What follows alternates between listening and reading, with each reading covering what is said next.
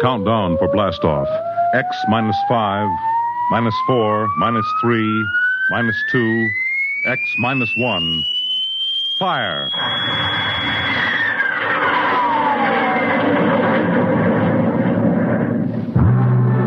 From the far horizons of the unknown come transcribed tales of new dimensions in time and space. These are stories of the future. Adventures in which you'll live in 1,000,000 could-be years, on 1,000 maybe worlds. The National Broadcasting Company presents X minus 1.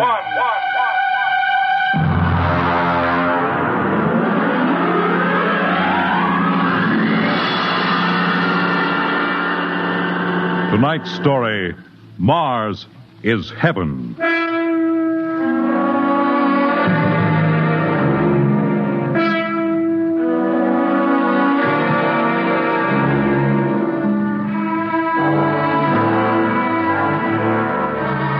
When the first space rocket lands on Mars, what will we find? Only the ruins of a dead and deserted planet? Or will there be life? Intelligent life in some strange form that we can only imagine? Will we be welcomed with open arms? Or will the Martians treat us as invaders? Only one thing is certain. Someday, a giant metal ship will take off from Earth to travel through the black velocities, the silent gulfs of space, to descend at last into the darkness of the upper Martian atmospheres. And on that day, man will finally know the answers. The day we first land on Mars.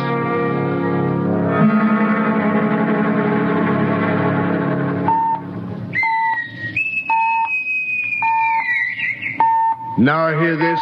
Now hear this. Approaching critical deceleration. Fasten gravity suits. Stand by to land. There it is. We've intersected the course vector, sir. All right, Mr. Lustig. Over to manual control. Aye, sir. Masters, sound general quarters. Aye, sir. Mr. Lustig, what do you make of the terrain? There seems to be a heavy ground, Miss Captain. We won't be able to use the infrared lights. And we'll have to come in on radar. Isn't that a little risky, sir? Landing in the dark? I'd rather run the danger of a blind landing, Lieutenant, than come in without the cover of darkness. Remember, we don't know what kind of reception is waiting for us down there. Airspeed 500. Altitude now 4,000. Bridge to engine room. Stand by for deceleration. Fire forward tubes 1 and 3.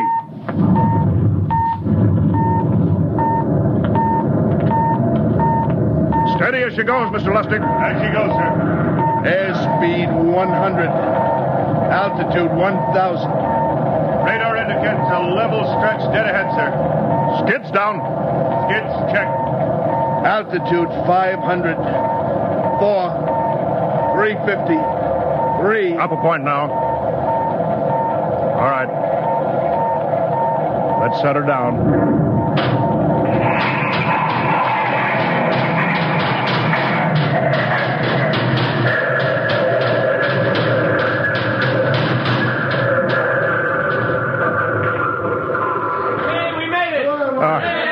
Cut the power. Masters, pipe battle stations. Aye, sir. All secured, sir. Well, gentlemen, we're now on Mars, April 20th, 1987, 4:33 Greenwich time. Enter that in the log, Masters. Aye, sir. Well, gentlemen, it's less than 2 hours till dawn. As soon as it's light, we'll send out a landing party. Masters, get me an all-over hookup. We're all set, Captain. Now hear this. All right, men. The smoking lamp is lit. Well, we're on Mars. The first man shipped from Earth to land here. We don't know what we're going to find or what dangers we may face. We're 17 men on an alien world, and it's up to us whether we ever get home again. The next few hours should tell the story. And I want instant obedience to all commands. I'll court-martial the first man who doesn't jump to when he's ordered. And one other thing. We may be on Mars, but this is still a United States naval vessel. Officers will conduct a personal and weapons inspection in 1 hour. That's all. An inspection, Captain? Now? Mr. Lustig, we've got an hour and a half to sweat out before we find out what's outside that airlock. I'd rather have a man worried about his stripes than about what's waiting outside on Mars.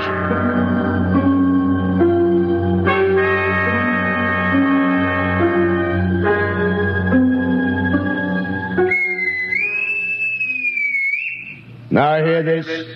Landing party report to forward airlock. Captain Black, Lieutenant Hingston, Lieutenant Lustig, and Dr. Horst report immediately to forward airlock. It's now landing time -5. Well, they're paging us. You ready, Dr. Horst? Yes, Mr. Lustig. As ready as I will ever be. Come on, let's get in the lock.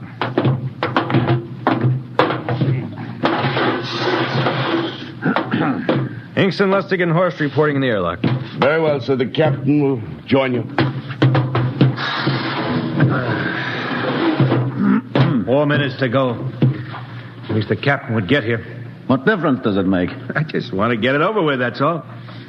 Anybody got a cigarette? Yeah, I think you're smoking too much, Lieutenant Lustig. Are you nervous? I offer you, Horst. Wondering what's hidden outside underneath that ground mist? I've been giving it some thought. It'll be very interesting to find out. A very unusual planet, Mars. Why? It has an atmosphere. A wonderful thing, an atmosphere. Where you find one, you find life. You mean Martians? What do you think they'll look like? Who knows? Intelligent life can take many forms. You mean they may have green skins and eyes on stalks or something? The comic book conception is possible, of course. Or they may have developed far beyond us. Perhaps they have a science that can produce weapons far more dangerous than our atomic missiles. You think we may have to fight our way out? After all, we are invaders. Now hear this. Landing time -2. All right. We heard this. You know what I'd like to find outside that airlock? Good old Illinois. Ever been there, Lustig? Only Chicago. Well, you ought to see my hometown. Green lawns, big white houses. Sounds like my hometown. My grandmother used to have one of those iron deer on the lawn. Every Halloween, we'd paint another color. One time, we painted it black and white like a Holstein cow. Where does your family live, Dr. Horst? I have no family. When I was a child, they were gassed to death in the Dachau concentration camp. Tough. No, it has its advantages. I have no ties on Earth. Nothing to lose now. I imagine I'm the only one on board who is free to enjoy our present peculiar position. All right, Masters, you can button it up now. Aye, sir. Well, gentlemen, check your sidearms. In 1 minute, we'll be the first men to set foot on Mars. Quite an honor, eh? As long as the medals are not rewarded posthumously. Still uneasy, Dr. Horst? Captain Black, I've been uneasy ever since I can remember. On Earth and on Mars. Well, 30 seconds. Give me the intercom phone, Lustig. Yes, sir. Masters? Aye, sir. Battle stations are to be manned until we return. If we're not back in 2 hours, I want no rescue party sent out. Blast off and save the ship, you understand? Aye, sir. All right. 5 seconds. 4, 3, 2, 1. Lustig, open the outer airlock. Aye, sir.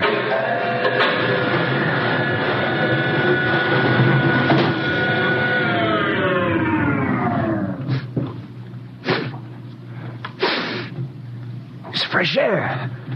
Let's go. All right, now, take it easy. It's too dark to move fast. Quiet, isn't it? Not even a wind.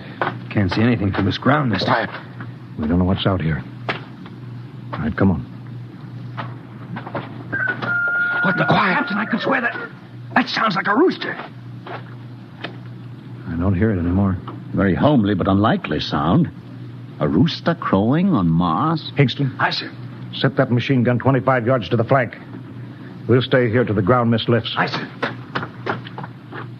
What do you make of the ground, Horst? Grass? Plain grass. You can see some large foliage there where the mist's thinned out. What the? Hingston, hold your fire, you fool! I hit it, Captain. What? Some kind of wild animal. I hit it. I could see the tracers, but it's still standing. Come on, Horst. Doctor, where are you? Up ahead, admiring the wild animal. Careful, Horst. Wait for us. Don't worry, Captain. It's an iron deer. A lawn ornament. Well, that's impossible. It's hollow. Interesting, isn't it? A whitewashed Victorian iron deer sitting on a lawn in the middle of Mars. I don't understand. Look around. The mist's lifting. Hey, Captain, look there. It's a house, a regular old-fashioned house. But, sir, on Mars. Good Lord. I haven't seen carved scrolls and gingerbread like that in years. Look at that porch swing. The geraniums. There. I told you it was a rooster, Captain. Give me the glasses, Lustig. I want to take a look through that front window. Well, there's an upright piano. Some sheet music on it. Lustig, it's beautiful Ohio. Oh, it can't be, sir. Horst, do you think that civilization of two planets could be identical? I don't know. That specific variety of geraniums is only 50 years old on Earth. Is it logical that they should develop in Mars? How about that porch swing and the piano and beautiful Ohio? Why, it's impossible. Captain Black, this looks like the town I was born in. Well, it looks like my hometown, too. I've thought of something, sir. It's the only solution. Maybe we're not the first ship to reach Mars from Earth. Don't be ridiculous, Lustig. Oh, how else can you explain it? Suppose some scientists got together. They invented some spaceship and planted a colony here. That's the only answer. That's impossible, Lustig. Been space travel, it couldn't be secret. Do you have any idea what ships cost, what industrial power is needed? No, there's got to be some logical reason. I think perhaps we might find out, Captain. The light just went on in that house. Kingston, cover that door with the machine gun. Aye, sir. All right, come on, Horst. We're going to ring that doorbell. There's got to be a scientific answer to all this.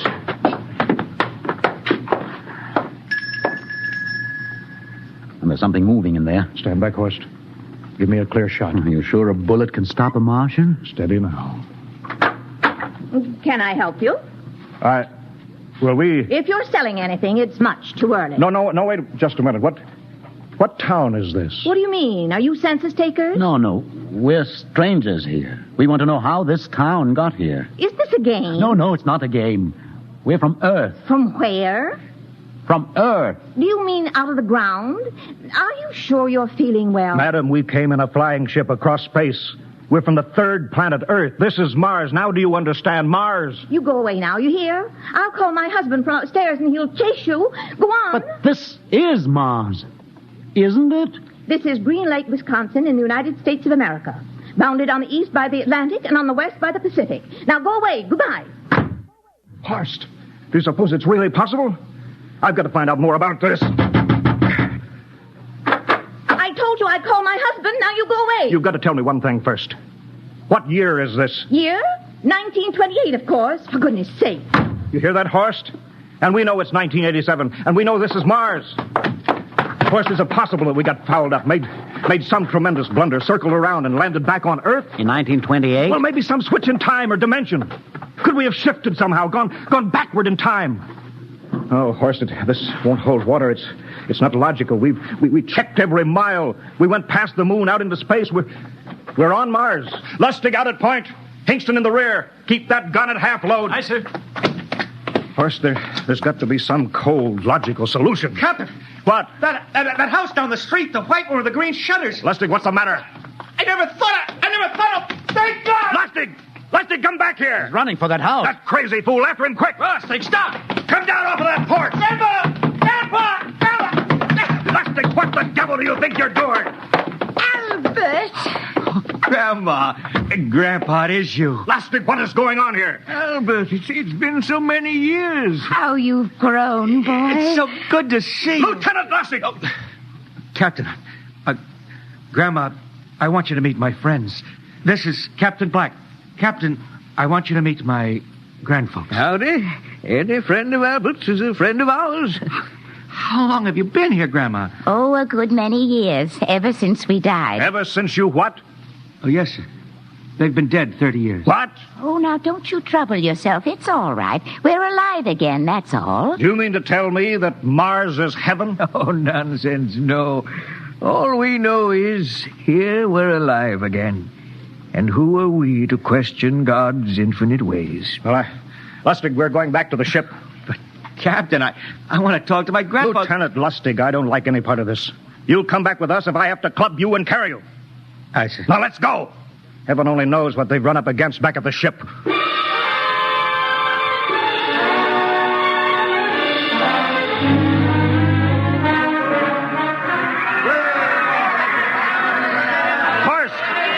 Crowd around the ship. Looks like we're being welcomed with a celebration, Captain. Celebration? We've abandoned ship. Every port is open. No guard set. You masters! Hiya, Captain. Meet my old dad. Dad, that's Captain Black. He's not a bad guy for an officer. Higston! What's it? Bring that band back. Use force if you have to.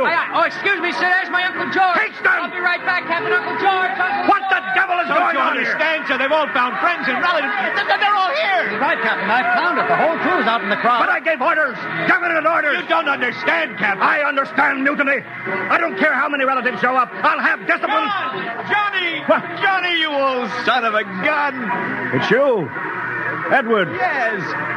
It can't be. Oh, of course it is. Johnny, Ed. you old... Ed, Dr. Horst, this is my brother, Edward. How do you do? Hello, sir. It's wonderful to see you, Edward. Look, I've got to get back to my ship. Oh, Johnny, wait. I almost forgot. Mom's waiting at home. Mom? Yeah, and Dad, too. Mom and Dad are alive? Then you're real, Ed. Well, of course. Don't I feel real? How's that, huh? Why, Ed! We've got lunch for you, Johnny. Mom's making corn fritters. Dr. Horst, haven't you found anybody? Oh, no, Captain. I have nobody. Well, then you come on home with me, right, Ed? Why, sure. Horst, you wouldn't believe it, but it's been 35 years since I had Mom's corn fritters. By George, 35 years.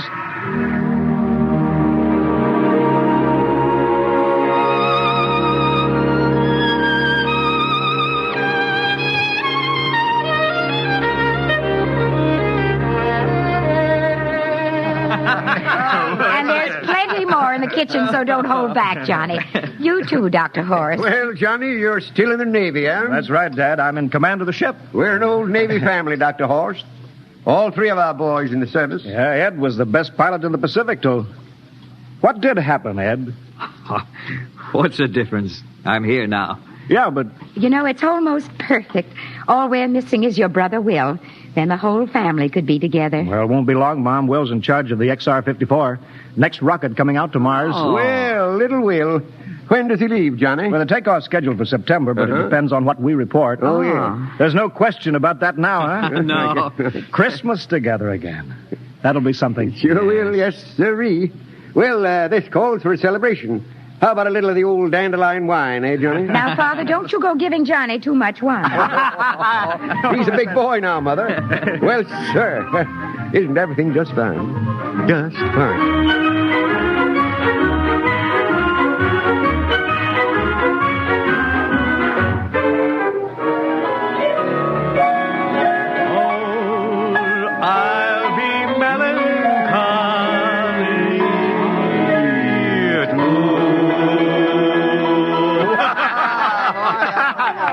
Play that one again, will you, Ed? Oh, sure.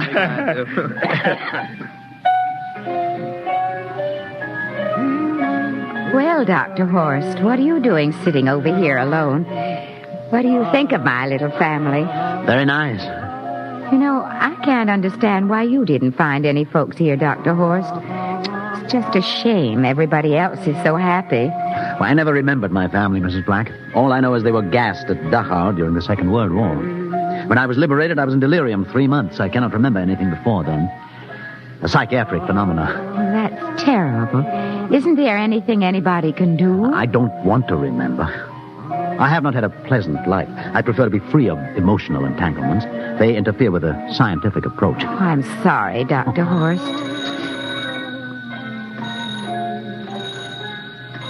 Oh, I'll get it.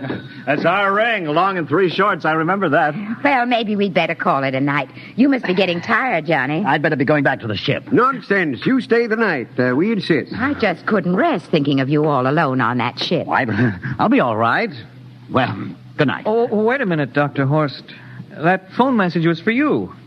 Me? Yes, that's right. A message from Anna. Anna? I don't... Well, there, she must be an old friend. Isn't that nice? I don't... You sure it was for me? I don't remember any Anna. Well, she asked if you were better. Perhaps she's someone who knew you at Dachau. Anna? She said she's coming over here first thing in the morning. So you'll have to stay over. Yes, Well, but... that settles it then. You stay here, Horst. You can bunk with me in my old room. Yeah, but Johnny, we thought you'd like to be with Edward. So you could talk the way you used to. Well, we can't put Dr. Horst on the daybed. I think we better share the room tonight. Be plenty of time for talking, Ed. Yes, I guess so. I suppose I better drop back to the ship. You know, Ed, security check. What, why do you have to do that here? I don't know, Mom. There's no good reason, I guess. Well, suppose we skip it tonight, eh? Well, good night, everybody. Oh, it's good to have you home, Johnny. It's good to be home, Mom.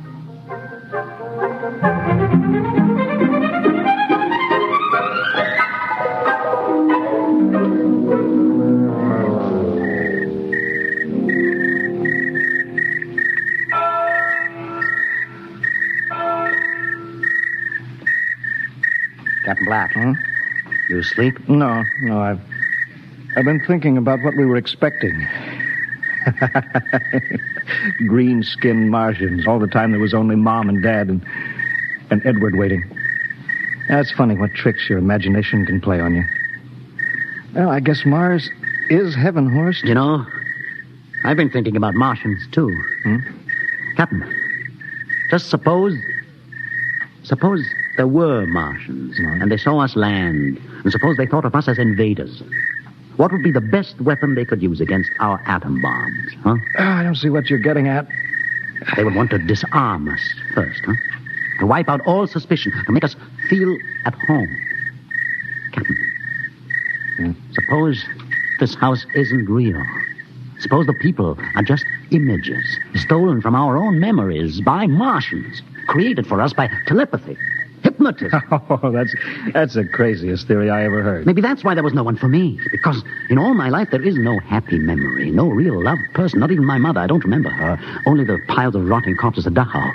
There was no happy emotion for these people to recreate. How about that phone call?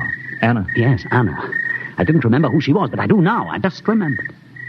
When I was freed from Dachau, sick, delirious, I raved about a wonderful, kind nurse named Anna that took care of me. Well, there you are. It's logical. She's coming to see you tomorrow. But there was no Anna. I'd been nursed by a man. What? Anna was only a dream.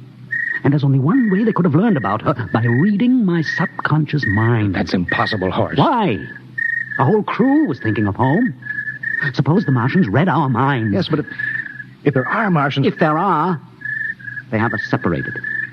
Each man in a different house, sleeping, trusting. No one at the guns. I left my pistol downstairs. Do you think there's something to this, Horst? It's a perfect trap, Captain. Who would suspect his own mother, his grandparents? How easy.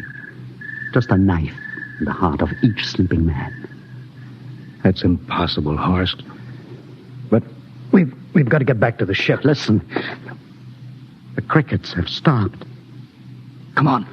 We don't know when they change back to whatever they really are. All right, careful.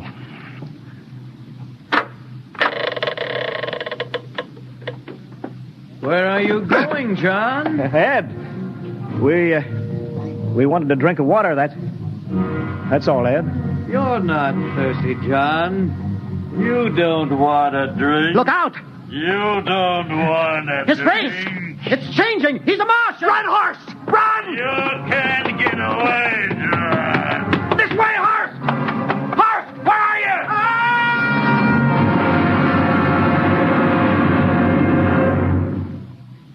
Hello! Can you hear me, Earth? This is Captain John Black, the XR-53 calling from Mars. I've locked myself in the ship, but they've crippled it. I can't take off or fire the guns, and they're coming for me now, the Martians. I'm all alone here. All the rest are dead. Hinkston, Lustig, Dr. Horst. Poor Horst, he didn't even reach the door. Listen! They're trying to break through the hull. Edward and Mom and Dad and all the folks. But they're changing now. They're melting and changing back into... They're Martians. Can you understand? Martians, not men. They make us think that Mars was heaven and we fell into the trap. Can you hear me, Earth? You've got to stop the next rocket. Listen, tell my brother Will. Tell my brother not to come. They'll trap him, too. They'll kill them all. Hello? Hello? Can you hear me, Earth? This is John Black on Mars. Hello, Earth. This is John Black on Mars. Hello, Earth. Hello, Earth.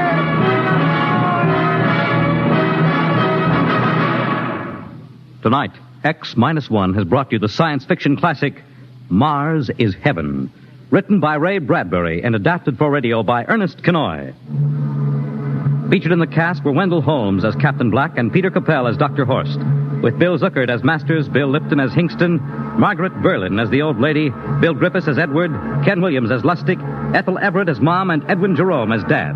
Your announcer, Fred Collins. X-1 was directed by Fred Wayne as a transcribed NBC Radio Network production.